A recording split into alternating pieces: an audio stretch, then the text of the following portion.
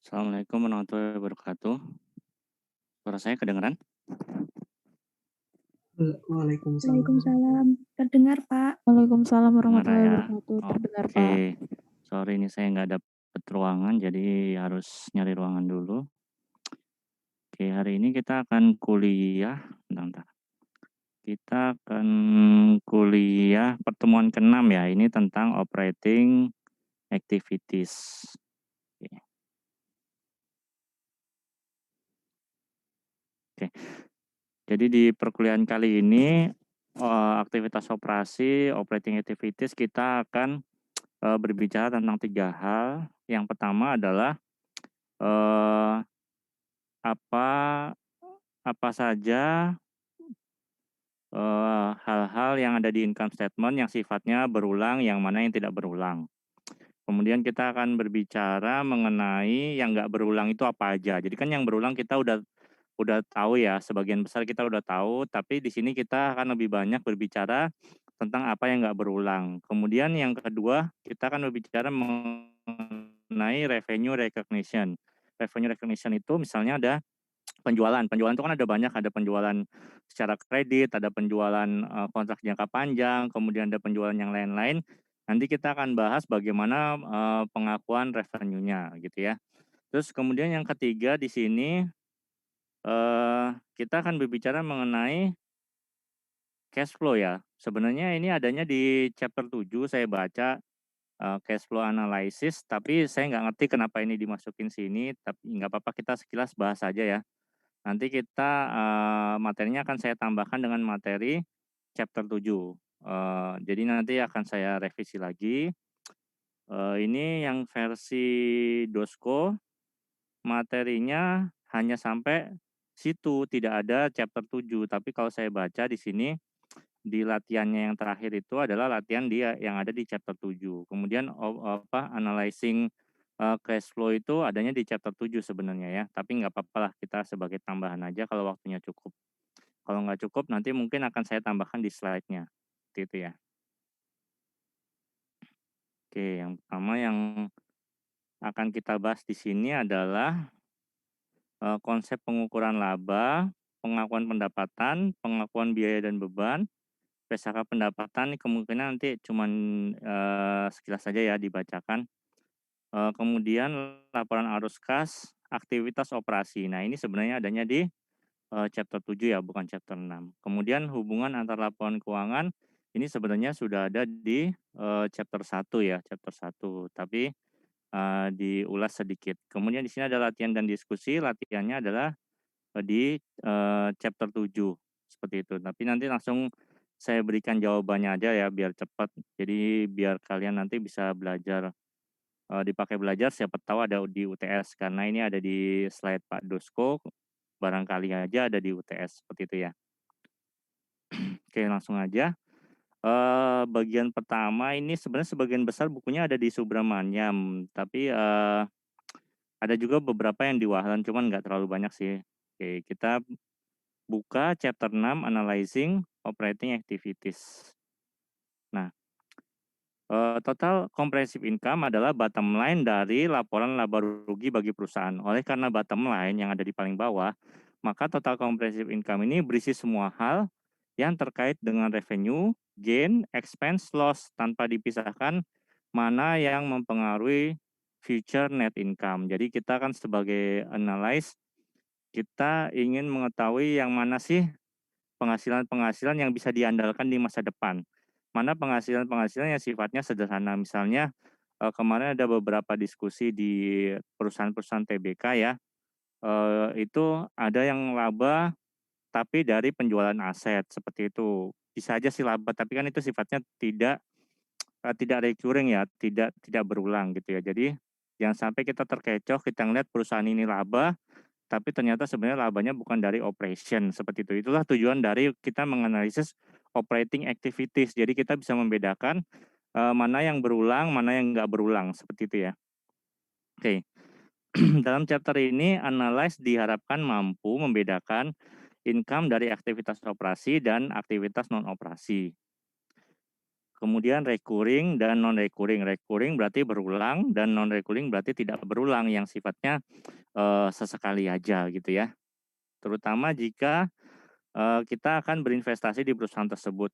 Oh ya, recurring dan non recurring ini nggak cuma soal laba ya, soal loss juga. Jadi kadang kita ada loss yang sifatnya non recurring, misalnya di salah satu plant kita atau di pabrik ya, plant itu maksudnya pabrik di sini ya. Di pabrik kita yang ada di daerah, misalnya di Kalimantan mana ya, Selatan yang kemarin banjir ya. Nah, itu kena sapu banjir. Halo? Suara saya kedengaran kan? Oke. Kedengeran, Pak. Pak. Oke, nanti kalau nggak kedengaran Pak. kabar ya. Nah, Siapa? oke, jadi recurring dan non recurring itu bukan sekedar soal gain apa keuntungan ya, tapi bisa juga soal kerugian. Nah, misalnya kita punya plan yang ada di Kalimantan Selatan, itu kena banjir. Kita tahu bahwa banjir yang di Kalimantan Selatan itu setelah kita dalami beritanya itu adalah yang pertama kali dalam 30 tahun terakhir gitu ya. Jadi sebenarnya itu sifatnya nggak recurring ya, jadi kerugian itu sebenarnya nggak terjadi berkali-kali ya, seperti itu. Nah, itu juga harus kita tahu sebagai analis, jadi nggak cuman, "Wah, ini perusahaan rugi, kita nggak usah invest di situ." Oke, untuk dapat menganalisis income dari perusahaan, analis akan mempelajari apa saja bagian yang terpisah dari net income, yaitu hal yang mempengaruhi ekuitas. Oke, di sini, ada sedikit campur-campur ya yang ada di bahasanya, ada pendapatan, ada apa ya, ada pendapatan, coba sebentar saya lihat sini. Ada pendapatan, ada laba. Nah, seperti itu ya. Jadi kita harus pisahkan dulu, income itu berarti net of revenue and gain less expense and loss. Berarti income itu adalah laba ya.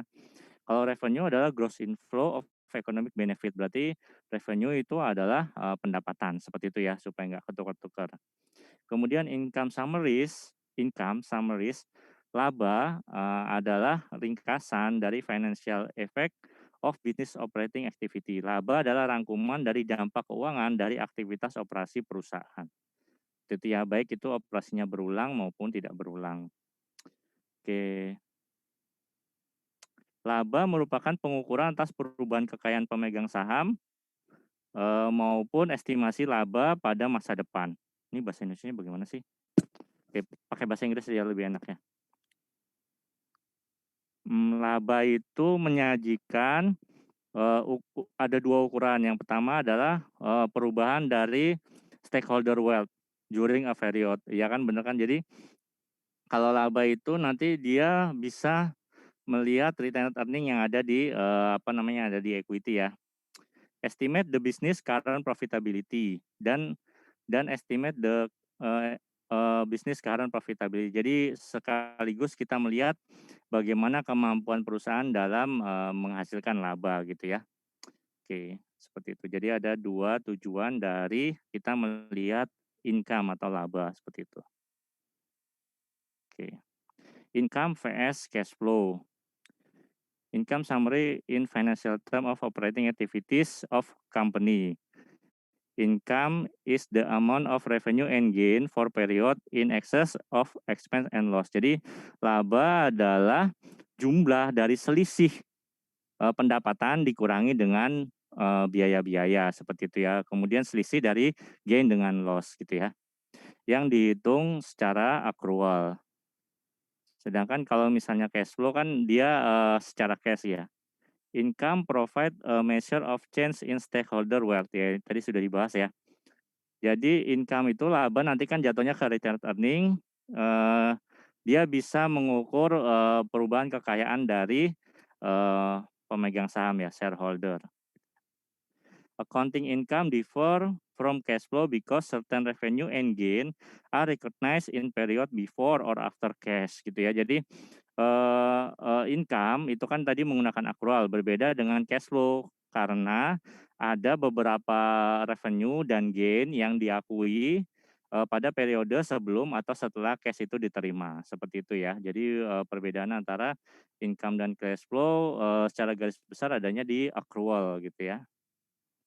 Oke, di sini kemudian ini sedikit aja soal economic income dibandingkan dengan accounting income. Economic income kita pernah bahas di pertemuan pertama kalau nggak salah ya. Income itu berarti selain dengan accounting income, dia ditambah dengan kemungkinan income yang didapat di masa depan. Itu berarti economic income. Contohnya adalah misalnya kita punya rumah itu kita beli dengan harga 10.000 dolar. Misalnya sekarang nilainya itu secara ekonomik itu 20.000 dolar, tapi secara accounting dia akan tetap 10.000 dolar selama dia belum terjual. Itu bedanya economic income dengan accounting income. Oke. Oke. Ini adalah ukuran-ukuran income, ukuran-ukuran laba. Yang pertama adalah revenue dan gains, yang kedua adalah expense dan losses gitu ya. Jadi revenue adalah earned inflow or projected inflow of cash of operation. Jadi revenue adalah pendapatan, arus kas masuk pendapatan atau prospective inflow. Jadi kalau prospective inflow of cash operation misalnya adalah kita melakukan penjualan itu secara kredit, berarti kan dia prospective inflow, di masa depan kita akan mendapatkan pendapatan itu. Seperti itu ya. Jadi yang kedua gain adalah recognize info or projected inflow of cash from non-operation. Jadi bedanya di situ ya. Kalau revenue adalah dari aktivitas operasi seperti penjualan baik secara cash maupun kredit. Kalau gain itu di aktivitas non-operasi. Misalnya kita punya penghasilan dari short term investment. Kita misalnya trading gitu ya, short term investment, maka kita akan memperoleh gain atau loss gitu ya. Nah, sedangkan short term investment itu kayak misalnya kita trading saham atau trading bond itu kan dia bukan aktivitas operasi kita kan. Kita cuma ingin memanfaatkan excess cash, cash yang berlebih yang ada di kita untuk kemudian kita salurkan supaya mendapatkan apa sih namanya? Supaya mendapatkan interest ya. Supaya kalau misalnya di cash itu kan kita dapat interest misalnya 0% atau 1%. Tapi kalau kita trading kan bisa nanti dapatnya 2% sampai 5% gitu ya. Jadi sayang-sayang nih duit nganggur, lebih baik kita pakai buat short term investment. Ini dalam kacamata perusahaan ya, bukan dalam kacamata orang pribadi. Oke. Contoh dari gain adalah gain on sale of discontinued segment. Jadi kalau misalnya kita punya perusahaan misalnya PT Haier ya, PT Haier itu dia punya segmen handphone, dia punya segmen kulkas, dia punya segmen satu lagi modem gitu ya. Jadi kemudian dia PT Haier itu dia yang modem sama HP itu dia di discontinue. Kenapa discontinue? Karena tidak ada order lagi dari konsumen. Numpang ya? Tidak ada order lagi dari konsumen seperti itu ya. Apa yang dimaksud dengan segmen? Segmen adalah bagian yang terpisah yang ada di suatu perusahaan gitu ya. Misalnya ini ada produksi kulkas.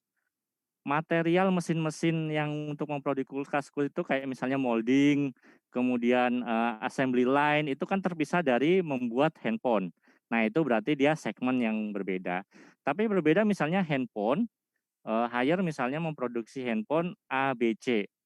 Handphone A tidak diproduksi lagi, tapi handphone B sama C masih diproduksi. Itu berarti bukan segmen. Kenapa? Karena alat untuk memproduksi handphone itu masih digunakan gitu ya. Segmen itu kalau keseluruhan handphone A, B, C, D itu sudah tidak diproduksi lagi, kemudian mesin-mesinnya, moldingnya segala macam itu dijual. Nah, itu baru merupakan segmen gitu ya. Nah, ini adalah pengukuran income yang kedua.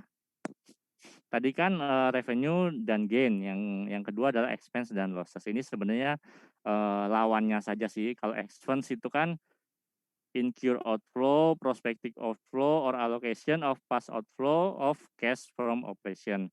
Kalau loss decrease in company net asset arising from net non-operation. Misalnya kita trading, kita lihat sekarang IHSG itu IHSG lagi turun ya dari 6.000 ke 5.700-an. Oke, berarti kalau misalnya kita naruh sedikit short term investment kita di trading saham, berarti kemungkinan kita akan loss gitu ya. Kemungkinan besar karena secara umum banyak saham yang nilainya turun sekarang ya.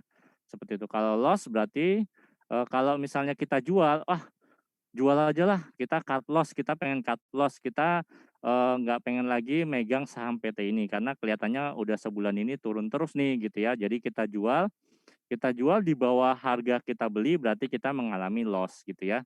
Berarti ada decrease in a company net asset gitu ya. Net assetnya apa? Short term investment. Dari aktivitas apa? Aktivitas non operasi. Kita jual beli saham. Bukan jual beli siapa ya? Menjual saham seperti itu ya. Oke, ini contohnya adalah loss on sale of investment securities. Nah, seperti tadi kita misalnya bond ya, kalau securities kan berarti bond seperti itu. Kalau misalnya saham investment equity. Oke, ini masih tentang income measurement gitu ya. Kita lihat di sini. Sebenarnya bagian pertamanya kita lebih ke mengenal apa saja pendapatan-pendapatan yang sifatnya recurring dan non recurring seperti itu ya. Ini pengantarnya. Ada revenue recognition, pendapatan diakui apabila pendapatan telah terjadi atau dapat direalisasi, realized or realizable, dan pendapatan telah dihasilkan. Telah dihasilkan berarti sudah kita deliver ke konsumen. Kalau misalnya telah terjadi berarti sudah ada jual beli. Kalau realizable berarti nanti mungkin akan ada pembayaran, misalnya pembelian lewat kredit gitu ya. Oke, kalau earn berarti ada earn berarti ada unearn. Berarti kalau misalnya kita itu PT yang misalnya kita perusahaan percetakan atau perusahaan majalah yang memberikan berlangganan majalah selama 12 bulan. Kalau misalnya sudah lewat 1 bulan berarti earn penghasilan kita. Sisanya 11 bulan adalah unearn seperti itu ya, atau liability. Untuk pendapatan yang telah terjadi atau dapat direalisasi, suatu perusahaan harus telah mendapatkan cash atau komitmen yang handal untuk mendapatkan cash seperti piutang yang sah. Nah, berarti yang telah terjadi realized or realizable berarti kita sudah terima uangnya atau kita sudah membuat surat pengakuan piutang seperti itu ya.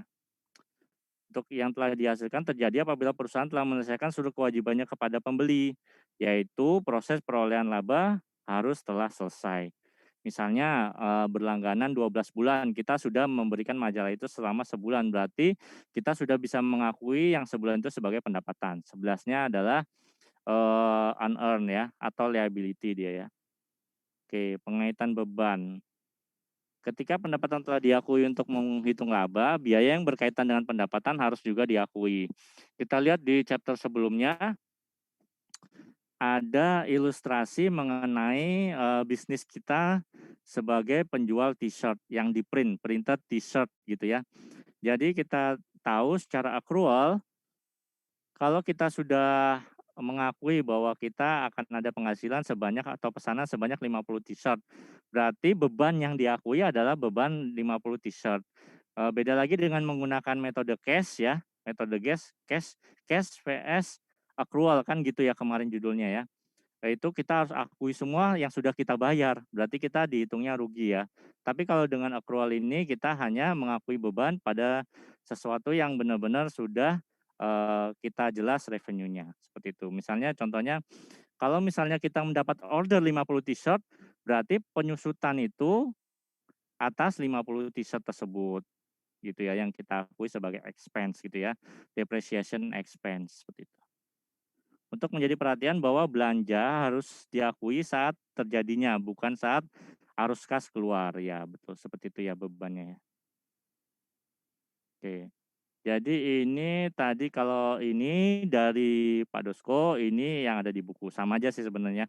Jadi pengukuran laba itu dibagi menjadi dua. Yang pertama adalah operating non-operating, recurring non-recurring. Nah ini ya, ini dari Pak Dosko.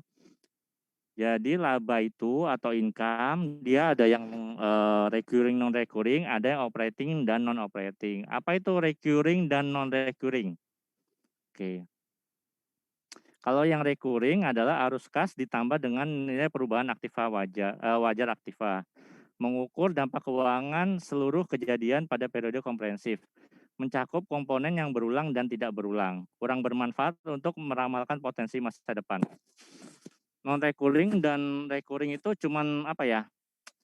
Pemisahannya aja, oh ini kira-kira terjadi dan tidak terjadi lagi. Kalau misalnya yang untuk melihat future inflow itu lebih ke operating dan non operating gitu ya. Operating dan non operating diukur berdasarkan konsep akuntansi akrual, mencakup laba ekonomi dan laba permanen. Laba ekonomi berarti ada juga yang kita ukur menggunakan fair value gitu ya. Nanti akan ada beberapa item yang diukur dengan fair value, misalnya kayak impairment. Mencakup laba ekonomi dan laba permanen. Melibatkan standar akuntansi, mekanisme pengaturan, dan insentif manajer. Jadi ada dua, yang pertama kita bahas adalah revenue recognition dan expense matching, yang kedua adalah recurring dan recurring, operating, non operating. Tapi yang lebih dulu kayaknya di buku Subramaniam ini yang recurring dan non recurring gitu ya. Oke. Tadi kita sudah bicara tentang income dan apa bedanya dengan revenue. Nah, kita lihat di sini ada contoh dari income. Saya ambil dari buku Subramaniam juga tentang Pepsi tahun 2012. Oke. Ini adalah contoh dari laporan keuangan comprehensive income ya. Comprehensive income di sini ada net income, kemudian ada other comprehensive income gitu ya. Net income berarti dari operating, other comprehensive income berarti non operating. Net income ini dari operating dan non operating, ada yang non operating. Tapi kalau ini adanya di recurring dan non recurring. Oke. Other comprehensive income, unrealized holding gain or loss on marketable security, foreign currency translation adjustment, post-retirement benefit adjustment. Salah nih tulisannya. Kemudian ada unrealized holding gain or loss on derivative instrument. Nah, ini akan menghasilkan comprehensive income. Yang di sini tadi income yang ini adalah bottom line. Bottom line berarti ada yang sifatnya operating non operating, ada sifatnya recurring dan non recurring. Kita bahas satu persatu. Ini adalah yang sifatnya non recurring. Kalau yang recurring kan kita sudah tahu, yang recurring adalah yang penjualan yang kita lakukan setiap hari, yang sesuai dengan tujuan perusahaan kita. Misalnya kita adalah perusahaan komputer, berarti yang recurring adalah penjualan komputer, kemudian penjualan software, kemudian penjualan part-part komputer. Nah, itu kan berarti recurring. Kalau ini non recurring item. Non recurring item itu ada di sini ada 5, sebenarnya ada 6 ya kalau nggak salah ya. Ada 5, yang dijelaskan di slide-nya Pak Dosko ada 4, kita tambahkan 1 special item gitu ya, supaya kita lengkap. Oke, benar ada 5. Yang pertama ada extraordinary item. Nah, di sini ada yang namanya special item. Apa bedanya extraordinary item sama special item? Oke, nanti kita akan tahu. Yang kedua adalah discontinued segment. Seperti tadi saya bilang, kalau misalnya kita hire, misalnya perusahaan PT hire, kita punya 3 segmen. Segmen HP, kulkas, sama misalnya modem. Nah, segmen itu apa gitu ya? Discontinued segment itu apa? Yang tidak terhitung discontinued segment itu apa? Nanti kita akan lihat. Kemudian accounting change, ini ada 2, perbedaan accounting principle, perbedaan metode akuntansinya, seperti itu. Kemudian ada restructuring change, ini restructuring charge, misalnya kalau ada merger, akuisisi, dan lain sebagainya, berarti kan ada perubahan-perubahan. Nah, itu nanti akan ada restructuring charge. Yang terakhir adalah special item, ini contohnya adalah misalnya salah satunya impairment ya. Special item itu misalnya impairment. Kita lihat satu-satu ya. Extraordinary item, ada special item. Extraordinary item itu kriterianya adalah unusual in nature atau biasanya tidak terjadi, secara sifat itu nggak biasa gitu ya. Nature itu kan secara sifat itu tidak biasa terjadi, dan ya, dan infrequent in occurrence. Terjadinya tidak sering-sering amat gitu ya, infrequent, jadi tidak sering-sering amat terjadi.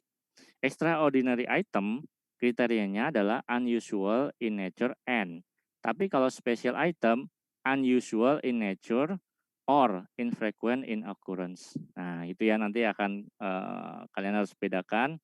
Siapa tahu nanti keluar di UTS di bagian pilihan ganda. Seperti itu ya.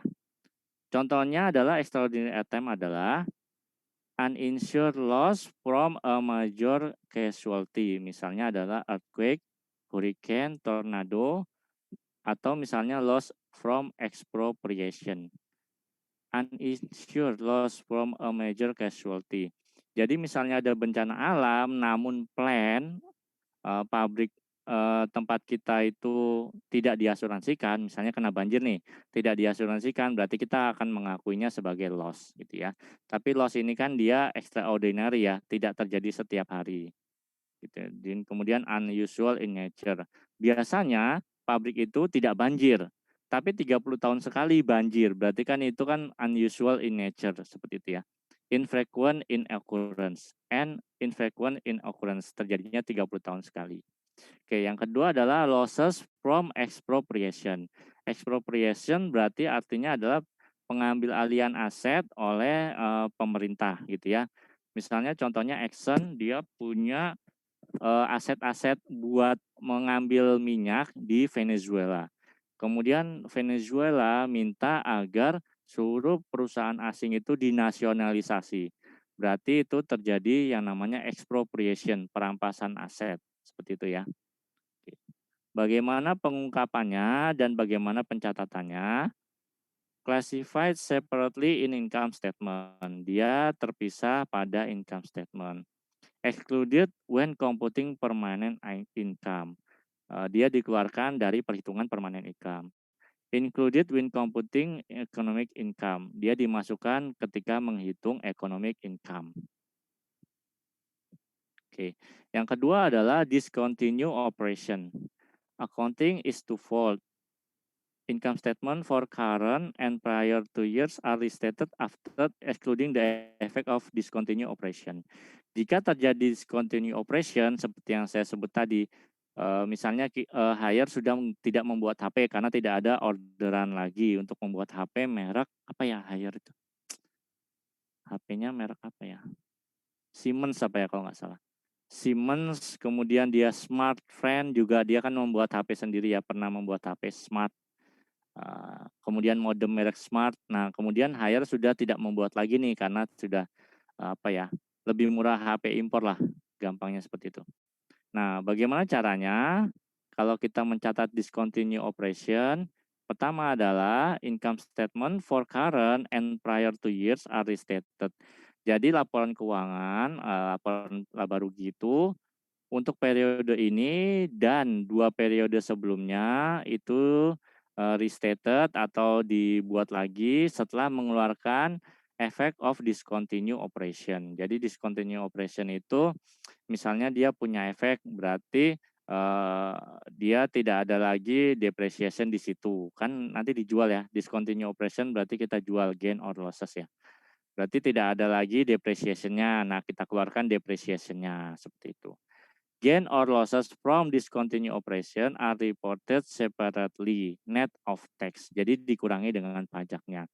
Misalnya kita labanya dari penjualan mesin-mesin yang berhubungan dengan pembuatan HP itu adalah misalnya 10 miliar. 10 miliar itu di Indonesia tarif pajaknya adalah 22%. Jadi berarti net of tax berarti tinggal 78%. Jadi dari 10 miliar itu tinggal 77,8 miliar net of tax gitu ya.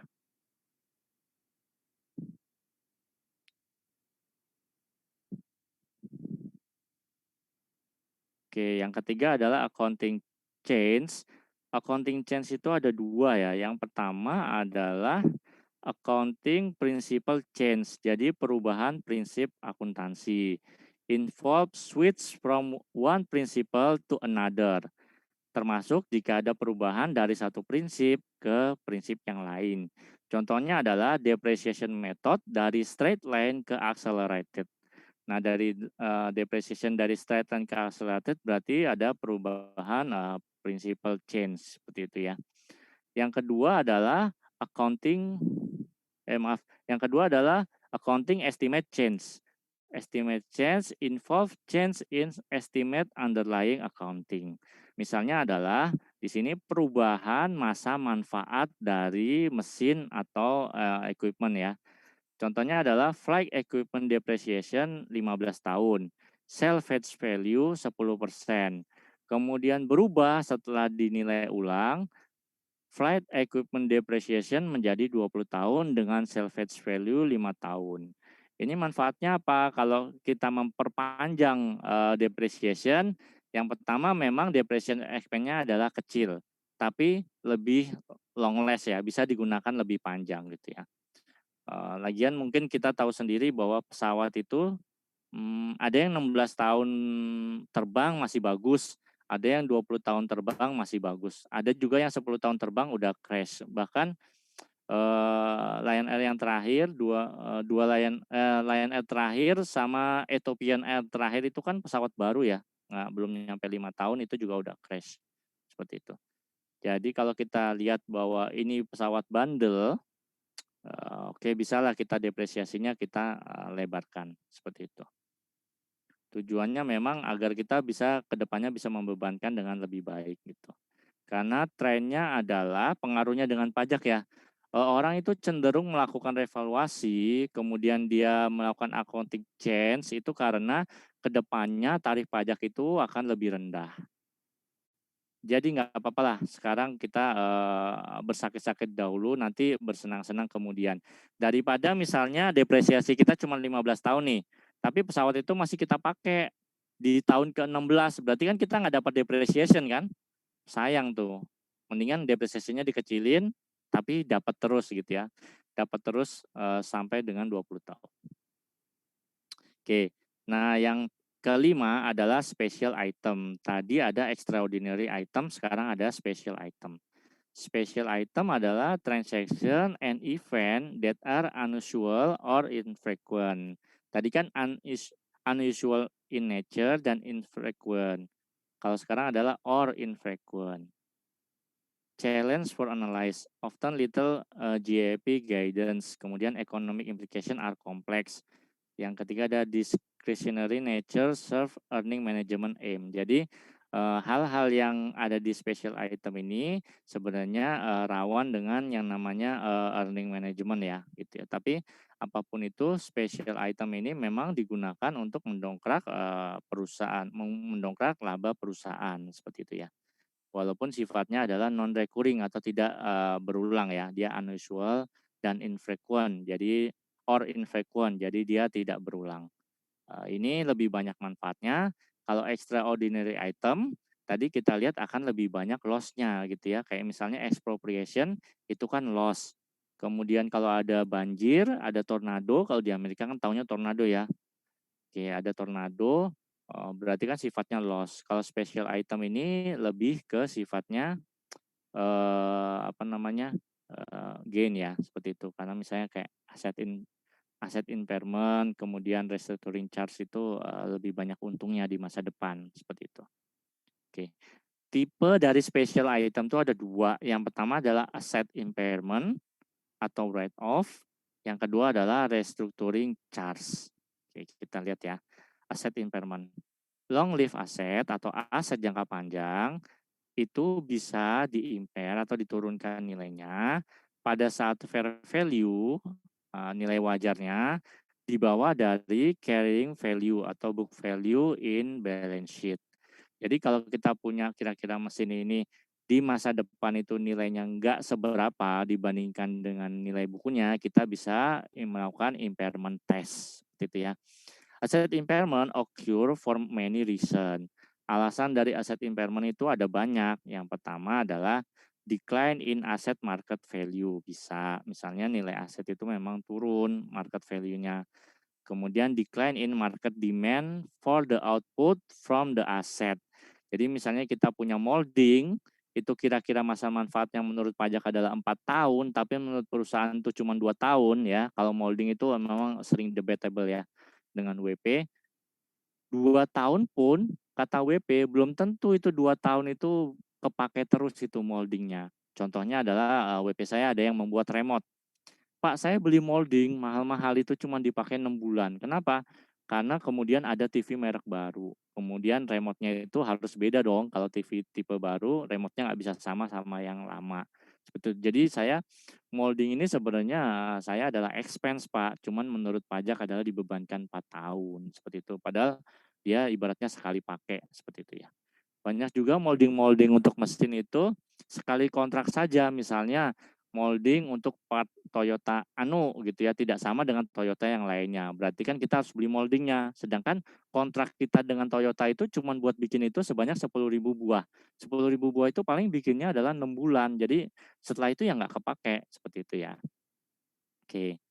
Kemudian technological obsolescence ya, misalnya ada teknologi obsolescence berarti keusangan secara teknologi, berarti kita bisa impairment.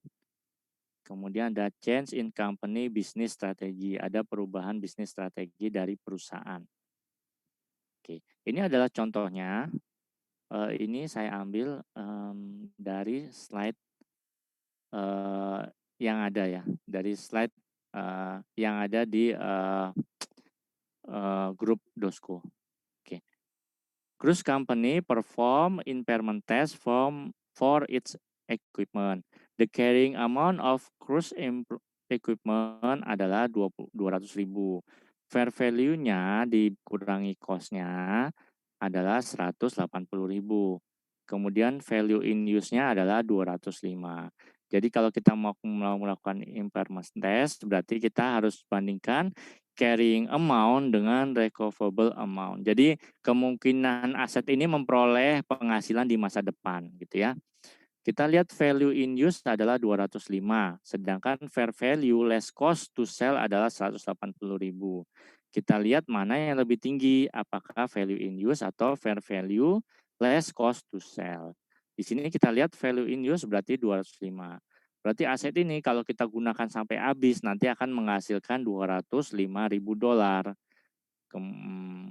Sedangkan fair value-nya adalah $180.000. Ini wajar ya karena mesin itu kan book value-nya selalu di bawah book value-nya selalu di atas fair value gitu ya. Mesin nggak ada yang di atas fair value ya. Nggak ada yang di atas book value ya. Fair value-nya mesti di bawah. Cuman kemudian kan kita perlu lihat di masa depan ini mesin ini akan bisa mengenerate penghasilan apa enggak sih? Berapa generate-nya? Di sini dicontohkan dia mengenerate penghasilan 205.000. Berarti carrying amount-nya masih atau nilai bukunya masih lebih kecil dari recoverable amount. Berarti tidak ada impairment kalau recoverable amount-nya lebih tinggi dari carrying amount. Oke. Kemudian kita rubah. Di sini masih sama ya, carrying amount dari cruise equipment adalah 200.000, kemudian fair value-nya dikurangi cost to sell adalah 180.000. Di sini kita ubah value in use, jadi mesin ini kalau dipakai terus nanti paling menghasilkan income sebesar sekian. 175.000 kita ubah ya, tadi 205, sekarang 175.000. Nah, kita bandingkan mana yang lebih tinggi, fair value less cost to sell atau value in use. Di sini kita lihat ternyata lebih tinggi fair value less cost to sell sebesar 180.000. Berarti kalau misalnya fair value-nya lebih kecil, berarti ada impairment loss sebesar 20.000. Bagaimana mencatatnya? Loss on impairment 20.000, kemudian akumulasi depresiasi equipment 20.000. Seperti itu ya. Ini contoh untuk impairment test. Nah, bagian dari special item yang kedua adalah restructuring charge. Restructuring charge biasanya diasosiasikan dengan perubahan major itu berapa ya? Perubahan besar-besaran yang ada di bisnis perusahaan dan strategi perusahaan. Oke. Restrukturisasi biasanya terjadi sebagai ikutan dari extensive reorganization termasuk divestment of business unit. Jadi kalau kita jual bisnis unit, kita tahu sekarang BUMN di bawah Pak Erick Thohir itu lagi rajin melakukan divestment dari cucu perusahaannya. Bisnis unitnya di divestment kayak waktu itu ada namanya PT Garuda apa ya? Lupa saya. Nah itu kan nggak masuk akal banget tuh, ngapain sih bikin cucu perusahaan Garuda ini gitu ya. Yang konsumennya hanya si Garuda Indonesia Tbk itu, kan lucu ya. Jadi bikin perusahaan tuh kayak misalnya, contoh ada lagi nih, kalau saya lihat di Sudirman, di tempat Kanwil JP Jakarta khusus, itu operator parkirnya bukan secure parking, tapi mandiri apa gitu ya. Dia bikin PT cuman buat mengoperasikan parkir di gedung Bank Mandiri. Kan itu kan namanya apa ya? Terlalu mengada-ngada menurut saya. Kriteria sebuah bisnis itu dia harus going concern, dia harus bisa menawarkan jasanya ke perusahaan-perusahaan lain, bukan sekedar jualan di perusahaan itu sendiri. Enggak sekedar seperti fotokopi yang ada di sekolahan, ya kan, melayani sekolah itu doang. Nah, itu namanya bukan bisnis kalau kayak gitu ya. Itu nggak perlu kayak gitu-gitu. Including divestment of business unit. Jadi dijual bisnis unitnya, nggak usah lagi bisnis kayak ginian gitu ya. Buang-buang waktu. Gitu. Termination of contractual agreement. Jadi ada pemutusan kontrak perjanjian. Oke, kemudian ada discontinuation of product line, bisa juga dia bakal melahirkan restructuring charge.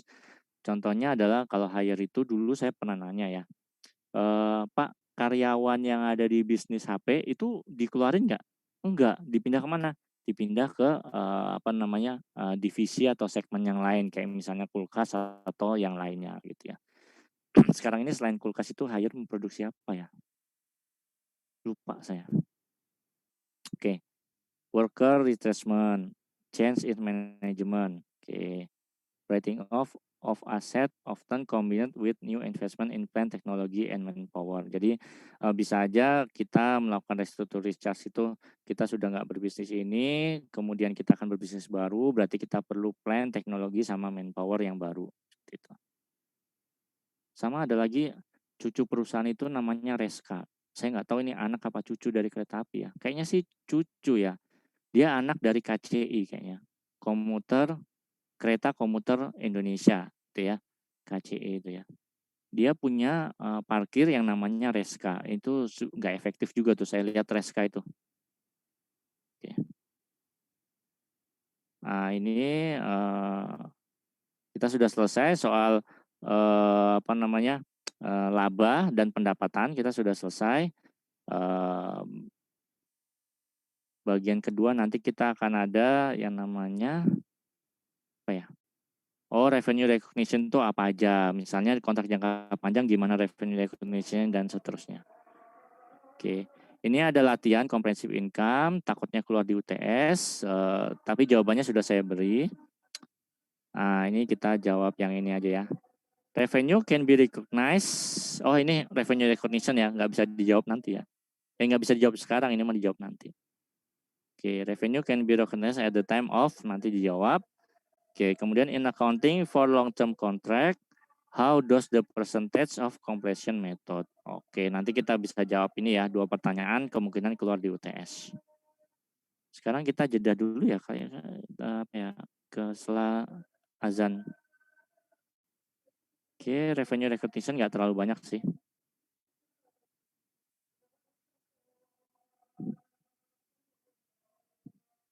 Kita jeda dulu karena azan asar. Sekalian kita sholat asar, mungkin kita balik lagi 15 menit dari sekarang ya. Oke, ini saya tutup dulu supaya kita irit kuota. Kita kembali jam 3:30 ya. Terima kasih. Assalamualaikum warahmatullahi wabarakatuh.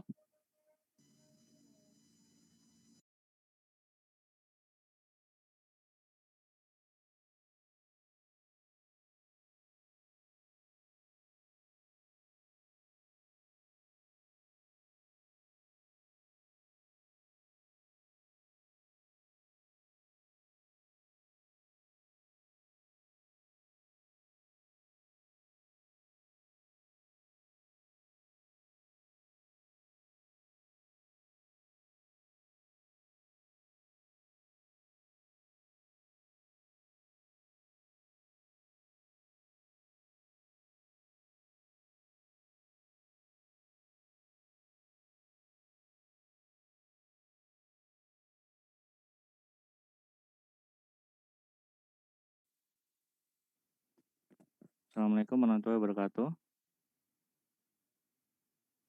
Waalaikumsalam warahmatullahi Ya, wabarakatuh. suara saya kedengeran ya. Oke, kita memasuki bagian kedua dari eh, operating activities. Bagian kedua ini adalah revenue recognition. Jadi di revenue recognition ini kita akan melihat bagaimana pendapatan itu diakui pada penjualan yang berbeda-beda. Misalnya penjualan dengan kontrak, penjualan dengan kredit, penjualan dengan option rate dan lain sebagainya ya. Jadi ada beberapa option penjualan dan bagaimana atau kapan revenue itu diakui. Kemudian bagian ketiga nanti kita akan sedikit membahas mengenai operating cash flow seperti itu ya. Kita bagian kedua dulu. Bagian kedua adalah revenue recognition. Oke. Revenue recognition antara IFRS dengan GAAP ini dia similar atau mirip-mirip tapi tidak sama persis gitu ya. Nah, ini pertama adalah menurut GAAP revenue itu diakui atau recognize jika dia sudah eh, sudah memenuhi dua kriteria ini. Yang pertama adalah provided all or substantial portion of the product to be delivered or service to be performed. Firm has complete what it's need to earn the revenue. Yang kedua adalah receive an asset, misalnya adalah cash receivable atau satisfy a liability. Ini pada saat kita punya unearned revenue ya, seperti itu. Provide all or substantial portion of product to be delivered or service to be performed. Pada titik ini perusahaan harus sudah menyelesaikan produksi apabila dia memproduksi barang atau dia sudah punya servis yang akan dijual seperti itu ya dan sudah di-deliver kepada konsumen. Jadi misalnya dia menjual produk misalnya komputer atau misalnya printer. Nah, printer itu sudah dibuat dan sudah diserahkan kepada pelanggan. Berarti revenue sudah bisa diakui. Kemudian misalnya punya jasa. Jasa ini misalnya yang gampang sekarang lagi ngetren apa ya? Jasa menyediakan tayangan secara digital, misalnya contohnya Netflix ya. Dia sudah punya nih film apa aja yang akan disajikan di Netflix. Kemudian film itu sudah bisa diakses oleh pelanggan, berarti revenue sudah bisa diakui seperti itu ya. Has delivered to a consumer.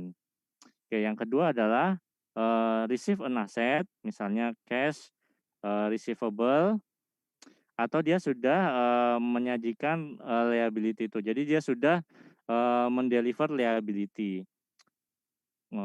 Pada saat titik ini konsumen promise to pay cash in future. Misalnya kalau misalnya revenue itu disajikan secara kredit, berarti nanti konsumen harus membayar di masa depan. Misalnya kita beli komputer tapi tidak bayar cash, kita bayar 30 hari lagi. Konsumen promise to pay in the future gitu ya. The firm examine the credit standing of a consumer and assess the likelihood of receiving the cash gitu ya. Jadi revenue itu bisa diakui kalau kita sudah tahu nih kita sudah terima cash yang pertama, yang kedua kita misalnya menjual secara kredit tapi kita sudah tahu nih kita jualnya berapa dan kapan akan dibayar gitu ya, dan konsumen sudah mengakui bahwa dia membeli secara kredit, misalnya 30 hari lagi dia bayar, seperti itu. Atau misalnya konsumen itu membayar di depan, tapi kita sudah mendeliver kewajiban kita, liability kita sudah deliver, maka itu bisa diakui sebagai pendapatan. Contohnya adalah kayak berlangganan majalah ya, atau misalnya service warranty. Kita perusahaan asuransi, kita sudah dibayar selama 12 bulan, kita sudah melewati 1 bulan, berarti revenue itu bisa kita akui. Seperti itu, ini menurut GAAP. Kemudian ini adalah menurut IFRS, dia ada 5, dia sifatnya lebih principle based. The seller has transferred to buyer a significant risk and reward of ownership of the good. Jadi penjual sudah sudah memindahkan kepada buyer significant risk and reward of ownership of good. Misalnya dia jual mesin yang besar, misalnya mesin cetak. Saya pernah ke Bandung waktu itu untuk pencetakan SPT, mesinnya harganya 5 miliar. Nah, yang menjual adalah, kalau nggak salah namanya Slumberjee. Slumberjee menjual mesin seharga 5 miliar. Itu ketika nyampe di sana mesinnya sudah diinstal, kemudian sudah dites. Nah, itu berarti signifikan risk-nya sudah berpindah ke perusahaan percetakan. Jadi kalau misalnya ada kesalahan-kesalahan atau misalnya plan itu bocor, sehingga mesin itu rusak, salah operator dan lain sebagainya, itu risikonya ada di pelanggan. Berarti signifikan risk-nya sudah berpindah ke pelanggan. Berarti itu sudah diakui sebagai, revenue. Seller has not retained the either effective control or kind of involvement that is associated with ownership. Jadi, yang jualan dia tidak menahan lagi kontrol dari, barang yang dijual. Misalnya dia, jual komputer tapi jual laptop, tapi laptopnya nggak bisa kita pakai. Kenapa? Karena, misalnya untuk masuk dia perlu, kode tertentu yang tidak kita berikan kepada konsumen. Nah, itu kan berarti kita masih retain the control, effective control. Kemudian misalnya, kita jual mobil, mobilnya sudah kita anter, tapi kunci mobilnya nggak kita kasih, surat-surat kayak STNK dan lain sebagainya nggak kita kasih, berarti, efektif kontrolnya masih ada di kita, seperti itu ya. Kemudian amount of revenue can be measured reliably. Jadi, nilai dari pendapatan itu bisa diukur secara, tepat gitu ya, secara bisa diandalkan. Jadi kita misalnya jual sesuatu, kita kasih harga lah, jangan, "Udah ambil aja dulu nanti harganya gampang." Nah, itu berarti tidak bisa diakui sebagai revenue. It is probable that the seller will obtain the economic benefit associated with the transaction. Jadi banyak sekali transaksi yang, sebenarnya transaksinya itu, palsu ya, transaksinya itu palsu. Jadi, saya menjual kepada adik saya misalnya mobil yang harganya 200 juta, ini sebagai PT ya, saya dan adik saya sama-sama punya PT. Saya PT-nya sudah eksis nih, sudah besar, untungnya banyak. Saya menjual mobil kepada, PT adik saya dengan setengah harga saja. Kenapa? Supaya adik saya itu dia, tidak, terbebani cash flow-nya. Nah, itu kan berarti ketika saya menjual itu tidak obtain economic benefit. Jadi saya jual rugi nih, berarti saya sebenarnya nggak bisa nih kayak gini, ini berarti jual beli yang tidak arm's length, jual beli yang palsu gitu ya. Tidak bisa diakui sebagai revenue. Oke. Kemudian yang kelima adalah cost of incur or to be incur can be measured reliably. Jadi ketika kita menjual barang kan ada ongkos-ongkos ikutan, misalnya kita jual komputer itu ada warranty-nya. Nah, itu bisa kita ukur dengan baik. Atau misalnya ada biaya instalasi, misalnya ada biaya antar dan lain sebagainya, itu bisa kita, tentukan dengan baik. Oke. Ini berdasarkan SEC. SEC mengeluarkan SEB nomor 104. Jadi revenue itu diakui pada saat apa? Ada 4 kondisi. There is a pervasive evidence that an arrangement exists. Jadi ada perjanjiannya, ada kontraknya gitu ya. Jadi suatu transaksi itu harus ada kontraknya dong gitu ya, walaupun itu, sekedar kontrak antar dua belah pihak. Delivery has occurred, jadi barang itu sudah diantar atau service has been performed. Jadi kalau kita mengerjakan service, service itu sudah kita lakukan. Seller price to buyer is fixed. Harga jual dari penjual, seller ke pembeli atau buyer itu sudah ditentukan. Collectibility is reasonably assured. Jadi kita ketika menjual kita tahu kita bakal dibayar. Reasonably ya, normalnya kita akan dibayar gitu ya. Jangan kita, jual beli, kepada pembeli yang kita nggak tahu nih kita bakal dibayar apa enggak gitu ya. Ya berarti itu kalau kayak gitu terjadi yang namanya, predatory market, competition seperti itu ya. Jadi kita jual-jual aja, "Oke nggak apa-apa nih pakai aja dulu, pakai aja, pakai," demi mematikan toko yang lain. Oke. Revenue recognition adalah starting point dari income measurement. Jadi pengakuan pendapatan itu adalah titik awal dari, pengukuran laba. Ada 2 kondisi dari pengukuran pendapatan. Yang pertama ada realized or realizable, ini mah diulang lagi tadi ya. Yang kedua adalah earn, kita udah tahu lah ini sudah apa. Oke. Pendapatan diakui apabila pendapatan telah terjadi atau dapat direalisasi, sudah dibayar, atau misalnya dapat direalisasi berarti, piutang gitu ya, nanti yang di masa depan mungkin dibayar. Pendapatan telah dihasilkan, berarti kita sudah, mengerjakan mana bagian kita. Misalnya kita punya kontrak di satu apartemen, itu selama setahun kita kontrak sebagai cleaning service di apartemen itu. Ya, jadi, apartemen itu sudah membayar kita 1 tahun, langsung di depan. Nah, berarti penghasilan kita nggak bisa kita akui di depan, tapi ketika kita sudah menyelesaikan, kontrak cleaning service itu bulan per bulan. Oke, ini mah sebenarnya diulang ya, udah tahu lah ya. Oke. Itu adalah revenue recognition. Yang pertama menurut FASB, maaf, menurut, eee, GAAP, yang kedua menurut IFRS, yang ketiga adalah menurut SEC. Oke. Nah, apa sih pentingnya kita mengetahui revenue recognition bagi seorang analis? Dari perspektif analis, pengakuan pendapatan accrual yang tidak layak dapat menyebabkan hal-hal yang tidak diinginkan. Yang pertama adalah jika perusahaan terlalu cepat atau terlambat mengakui pendapatan, maka pendapatan akan diakui pada periode yang salah. Yang kedua, jika pendapatan diakui sebelum adanya kepastian realisasi yang layak, maka pendapatan dapat diakui pada satu periode kemudian dilakukan koreksi sehingga laba periode pertama dinyatakan terlalu tinggi atau terlalu rendah. Itu ya. Jadi kalau misalnya belum pas, penyajiannya, bisa jadi dia diakuinya lebih dulu satu periode, kemudian dikoreksi, seperti itu ya. Pengakuan pendapatan merupakan titik kritis penentuan laba, maka harus ditentukan metode yang mencerminkan realita ekonomi yang layak. Adanya ketidakpastian signifikan terkait kemampuan penjual untuk merealisasikan pembayaran secara kredit. Transaksi ini seringkali terjadi jika pembeli memiliki modal yang sedikit, memiliki hutang yang banyak, atau jika aset pembeli sebagian besar berasal dari penjual. Karakteristik ini menimbulkan kerugian apabila pendapatan diakui seluruhnya. Oke. Jadi kita, kalau melakukan penjualan secara kredit kita punya resiko-resiko karena, kita belum tentu semua penjualan kredit itu dibayar oleh pembeli, seperti itu ya. Seringkali pembeli itu punya kendala-kendala, misalnya modalnya sedikit, utangnya banyak, kemudian aset pembeli sebagian besar dari penjual. Oke.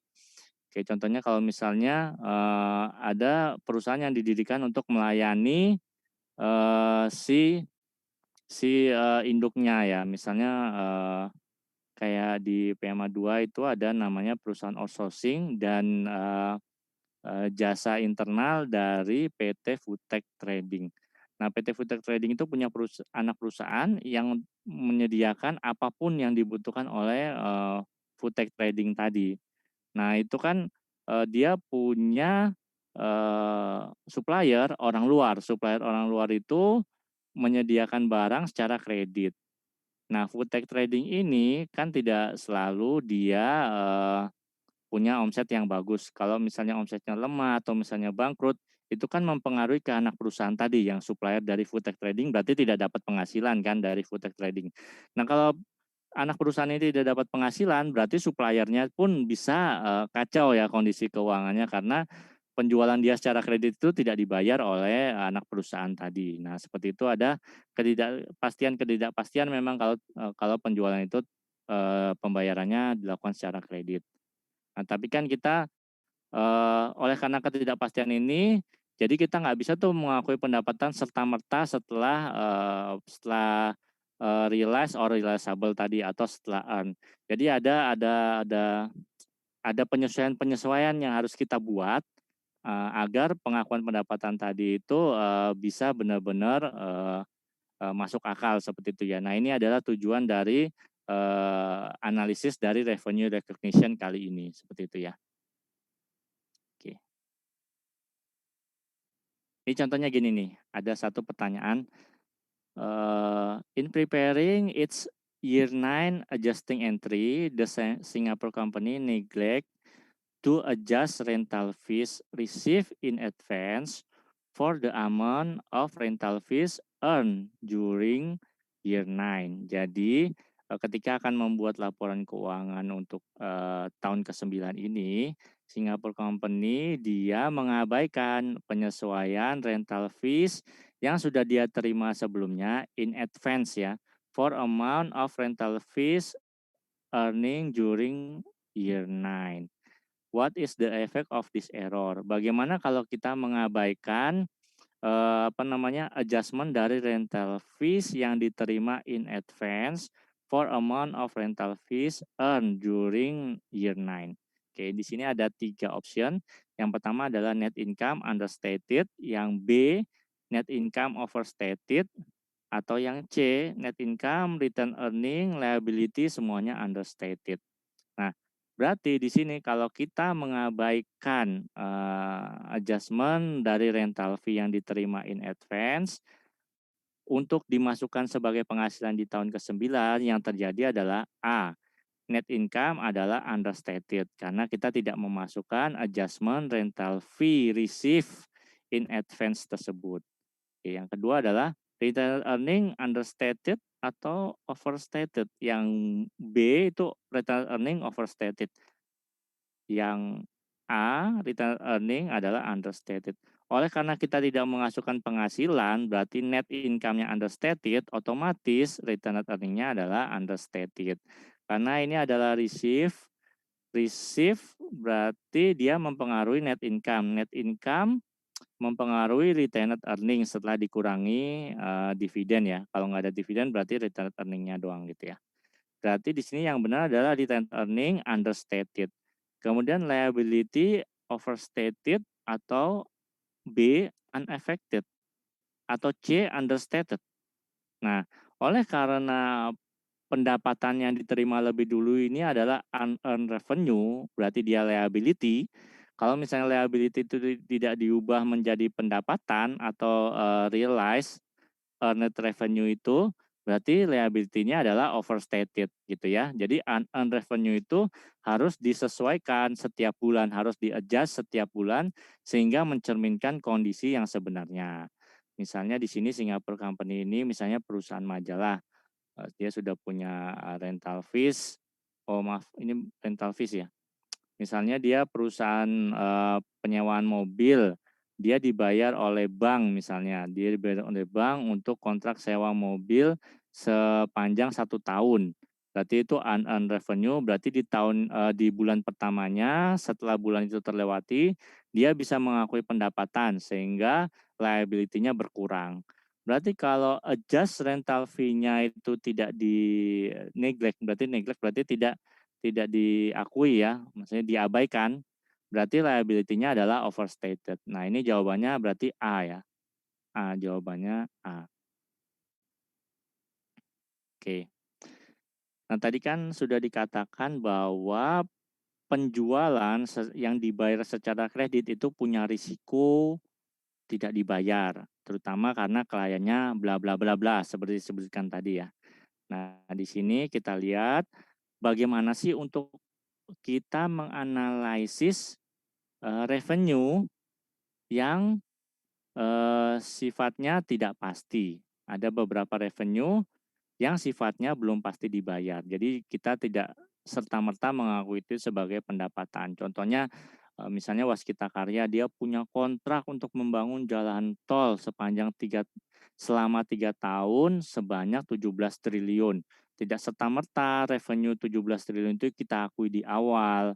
Kapan kita akui? Nah, kita tergantung pada jenis-jenis apa sih penghasilan yang diperoleh. Kalau Waskita berarti penghasilannya adalah revenue under kontrak ya, revenue yang berdasarkan kontrak itu. Oke. Terdapat beberapa kondisi di mana perusahaan mengalami ketidakpastian dari penagihan pendapatan. Oleh karena itu, terdapat beberapa ukuran atau measurement pengakuan pendapatan terkait dengan ketidakpastian ini. Seperti itu.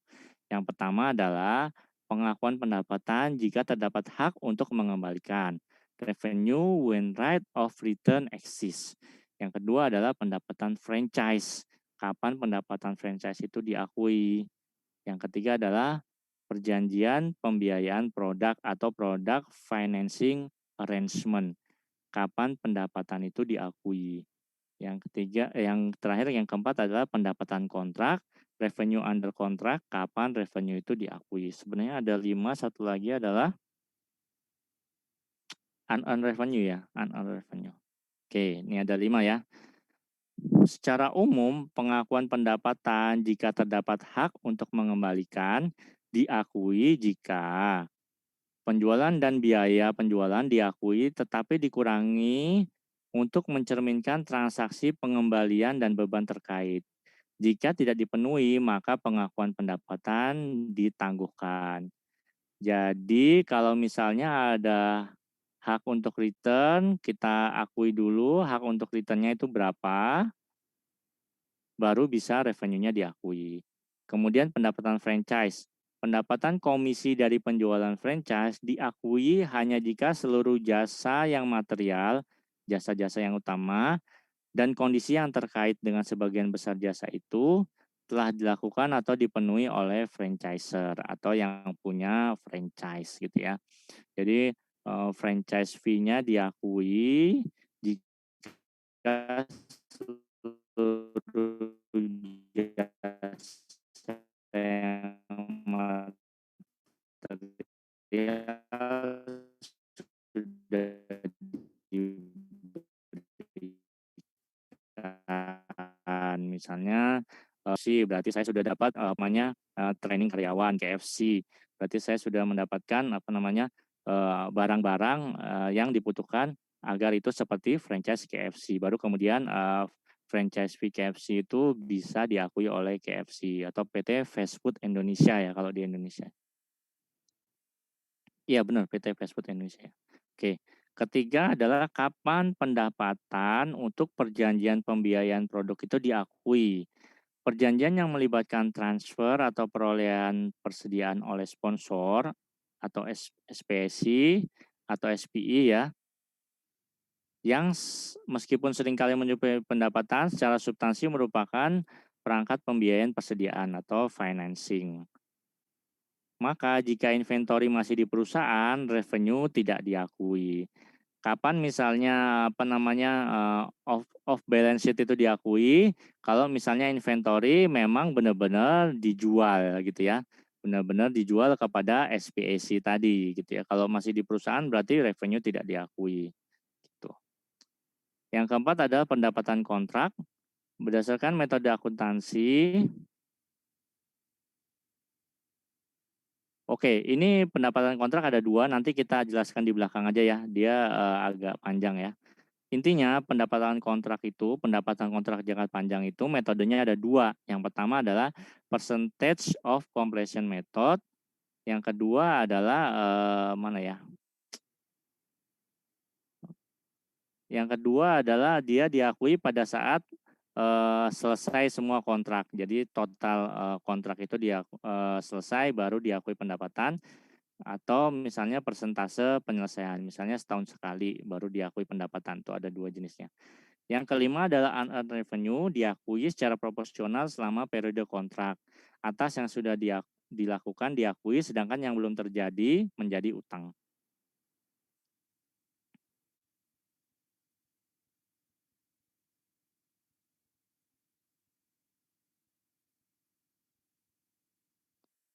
Oke, ini untuk kontrak jangka panjang. Kayaknya saya udah bikin materinya ya. Oke, nah nih. Kontrak jangka panjang itu dia punya metode pengakuan 2. Yang pertama adalah percentage of completion method, yang kedua adalah completed contract method. Berarti kalau percentage of completion method, dia diakui pendapatan pada saat persentase tertentu telah diselesaikan. Yang kedua adalah completed contract method, berarti dia pendapatan baru diakui kalau dia sudah menyelesaikan semua pekerjaan. Seperti contohnya pekerjaan borongan rumah. Itu kan baru dibayar ketika rumah itu jadi, seperti itu ya. Oke, kita bahas satu-satu. Percentage of completion method. Pada metode ini, kontraktor mengakui portion of total contract price based on degree of completion.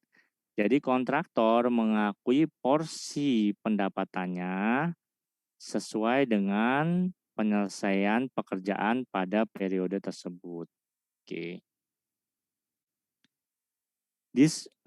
They base this proportion on engineer or architect estimate. Dia mengakui proporsi pendapatan berdasarkan ukuran-ukuran yang diberikan oleh engineer atau arsitek gitu ya.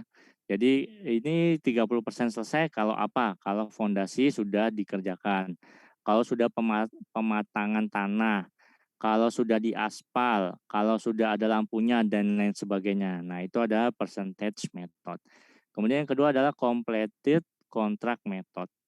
Under the USGAP, when the contract price, cost, or degree of completion are not reasonably estimated, long-term contractor postpone the recognition of revenue until they complete the construction project. Jadi kalau misalnya tidak bisa diukur uh, persentase penyelesaiannya, ini bisa menggunakan completed contract method. Ini contohnya yang menggunakan percentage of completion method. Jadi kita lihat di sini di tahun pertama completion-nya adalah 37,5. Di tahun kedua completion-nya atau penyelesaiannya adalah 88,1%. Di tahun ketiga penyelesaiannya sudah 100%. Oleh karena itu, kontrak revenue 5 juta dan kontrak expense 4 juta di tahun ketiga. Itu diakui kalau misalnya dia menggunakan degree of completion. Oke. Di sini kelihatan bahwa expense-nya adalah dari 5 juta tadi, expense-nya adalah 4,2 juta, sehingga margin keuntungannya adalah 800.000. 37,5% berarti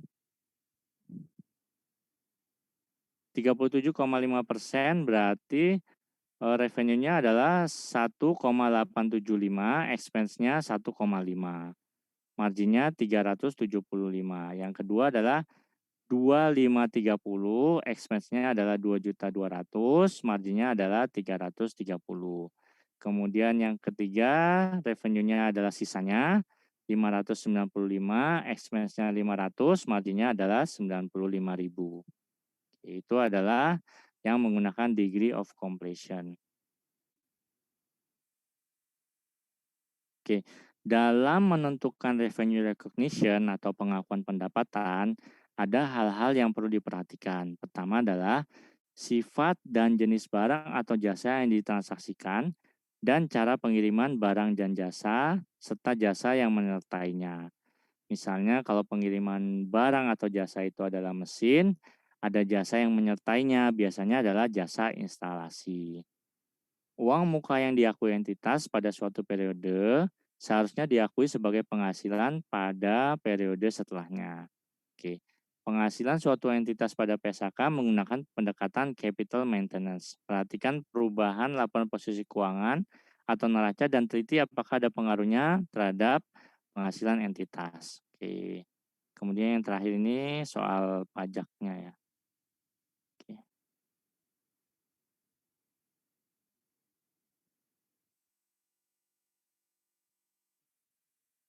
Nah, kemudian kita tahu ada yang namanya deferred tax asset dan deferred tax liability. Itu terjadi karena ada yang namanya temporary difference dan permanent difference.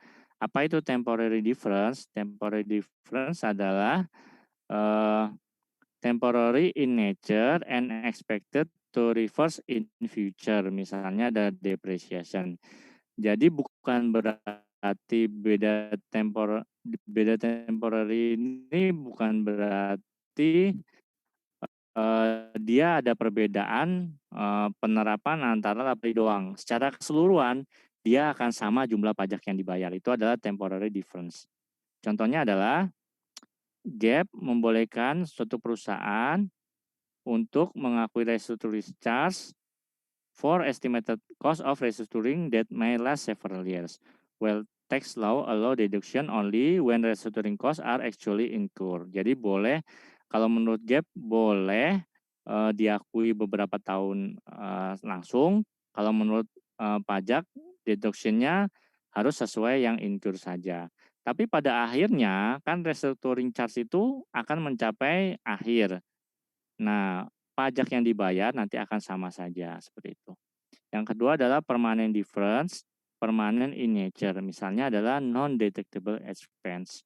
Di sini dicontohkan bahwa interest income from certain municipal bond is tax exempt. Jadi interest income dari municipal bonds berarti surat utang yang dikeluarkan oleh pemerintah ya. Pemerintah dalam hal ini municipal berarti pemerintah kota. Oke. Jadi exempt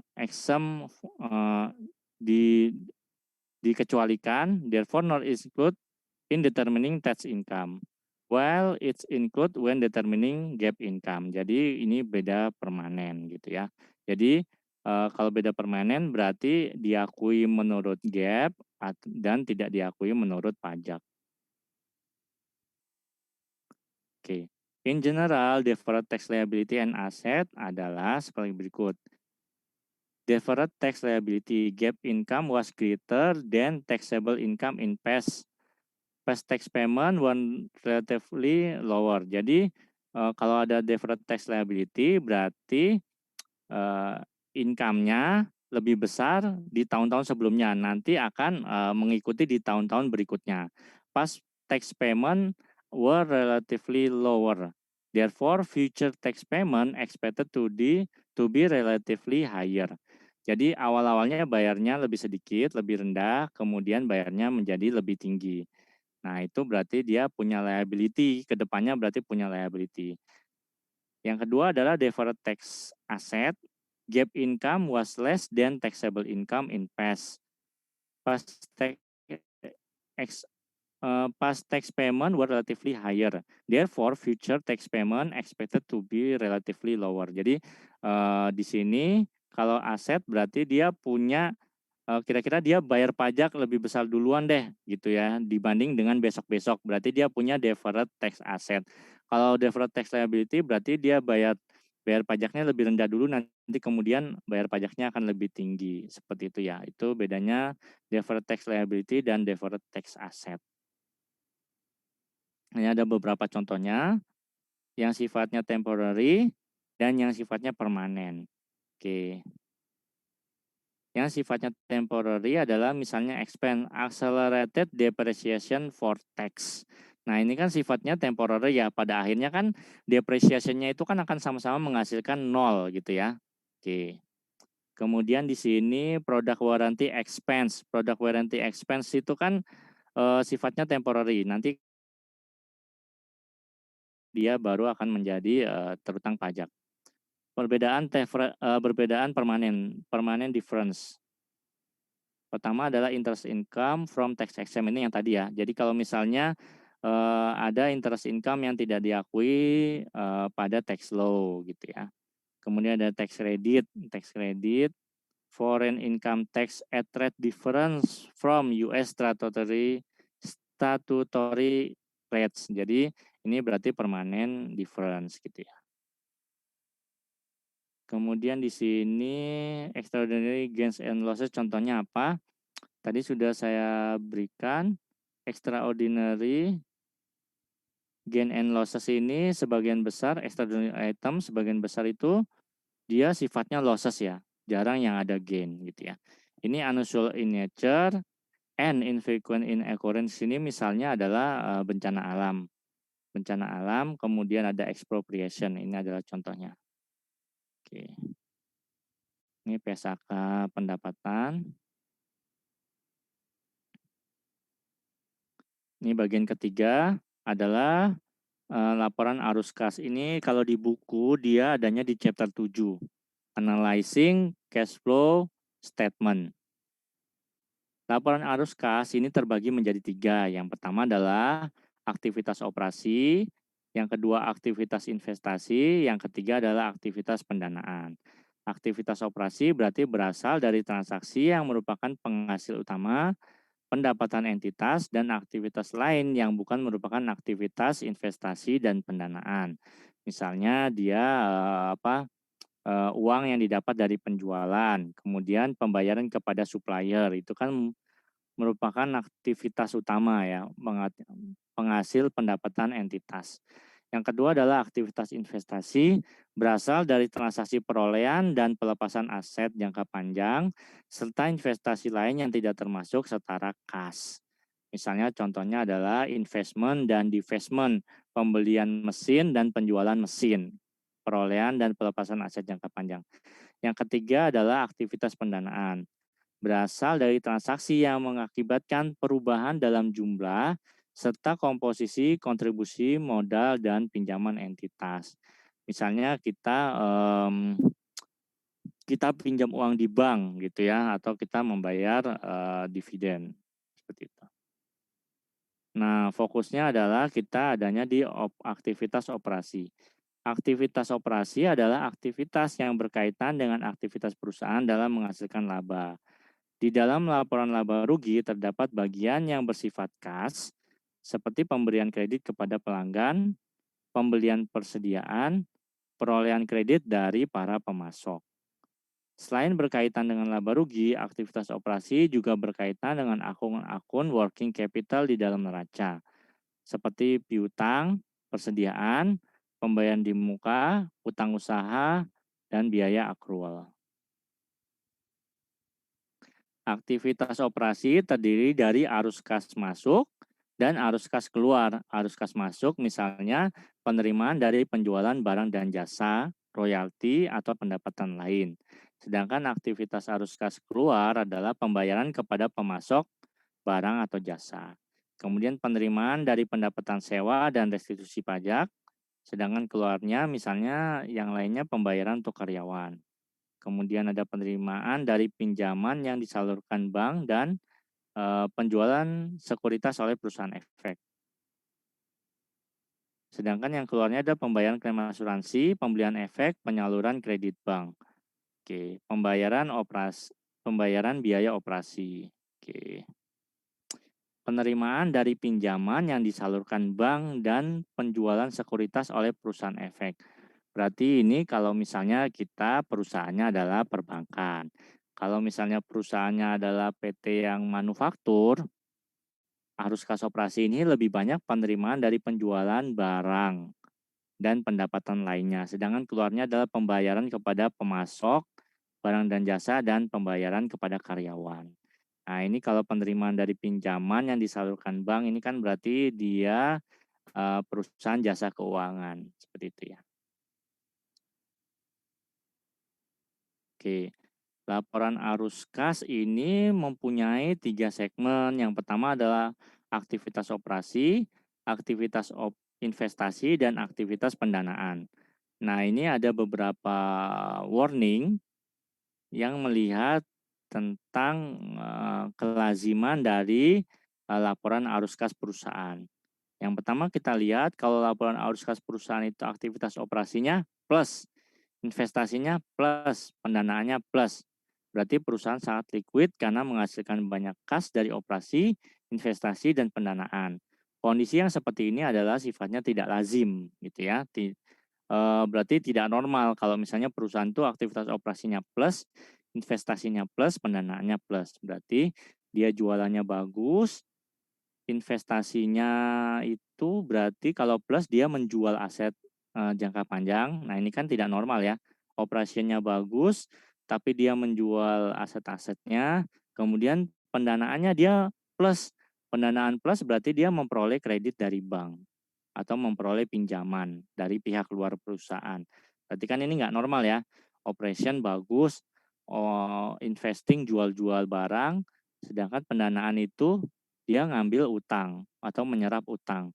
Nah, ini berarti nggak normal gitu ya. Tidak lazim ada perusahaan yang seperti ini. Yang kedua adalah perusahaan ada yang aktivitas operasinya plus, aktivitas investasinya minus, pendanaannya minus.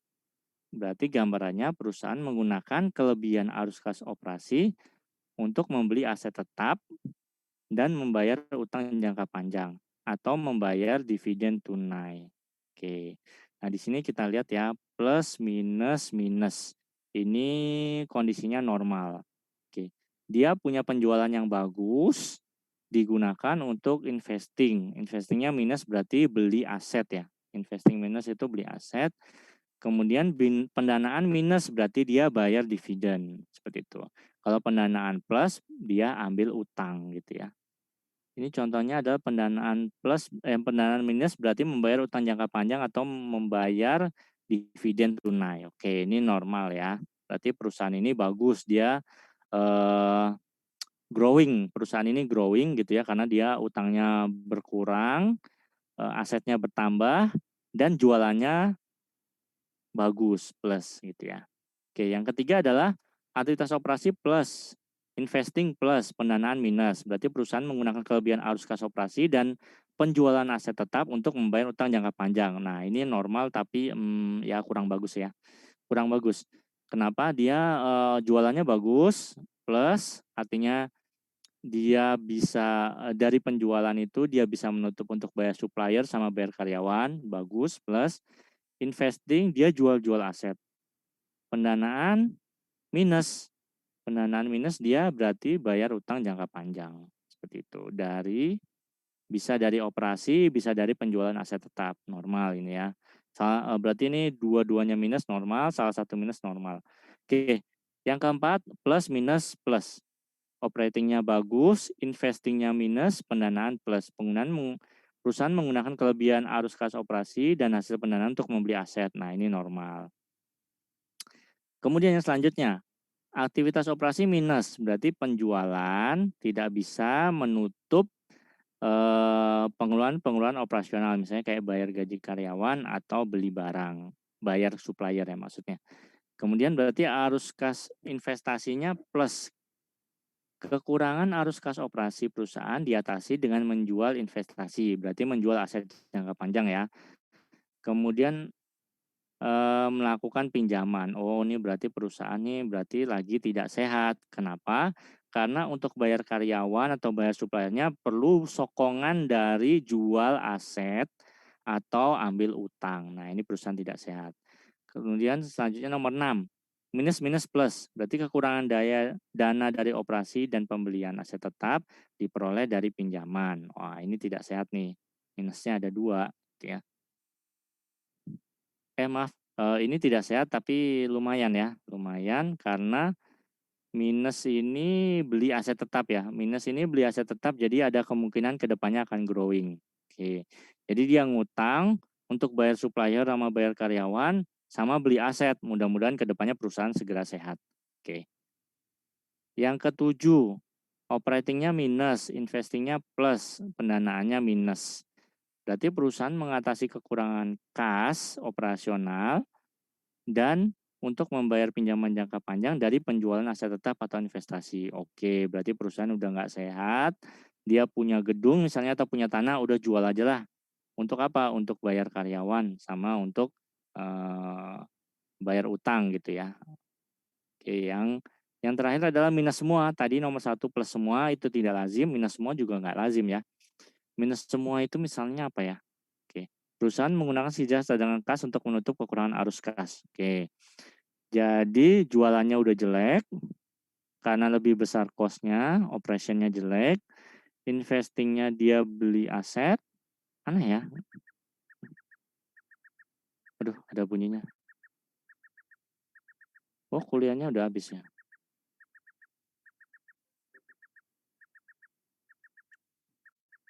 Aduh, aduh, aduh, aduh, aduh. Oke, kita tutup dulu. Oke, lanjut ya. Mana tadi?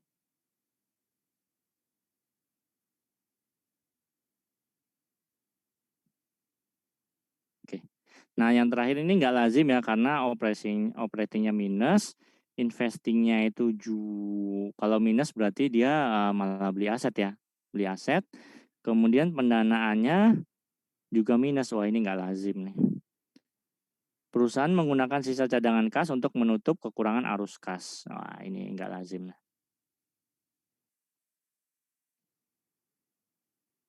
Oke, ini yang terakhir adalah hubungan antar laporan keuangan ya. hubungan antara laporan keuangan, laporan posisi keuangan, perubahan ekuitas, laba rugi, arus kas, dan laporan posisi keuangan akhir. Berarti yang tadi adalah laporan posisi keuangan sebelumnya gitu ya. Kita lihat dari mana dulu ya. Oke. Dari sini, ketika perusahaan memperoleh laba, laba itu nanti akan diatribusikan ke laporan posisi keuangan. Tapi sebelum diatribusikan ke laporan posisi keuangan, dia harus ketahuan dulu nih laba ini ada dividennya apa enggak, seperti itu ya. Oke, berarti di sini tidak disebutkan, berarti enggak ada dividennya. Perubahan ekuitas modal awal 24.000, labanya 10.000, berarti nggak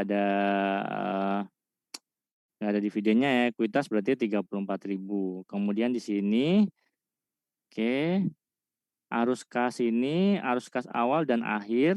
Awalnya adalah 20.000, kas akhirnya adalah 30.000, dapat dari sini. 10.000 ditambah 4.000 kurangi 4.000 berarti 10.000 ya. Awalnya 20.000 tambah 10.000 sama dengan 30.000.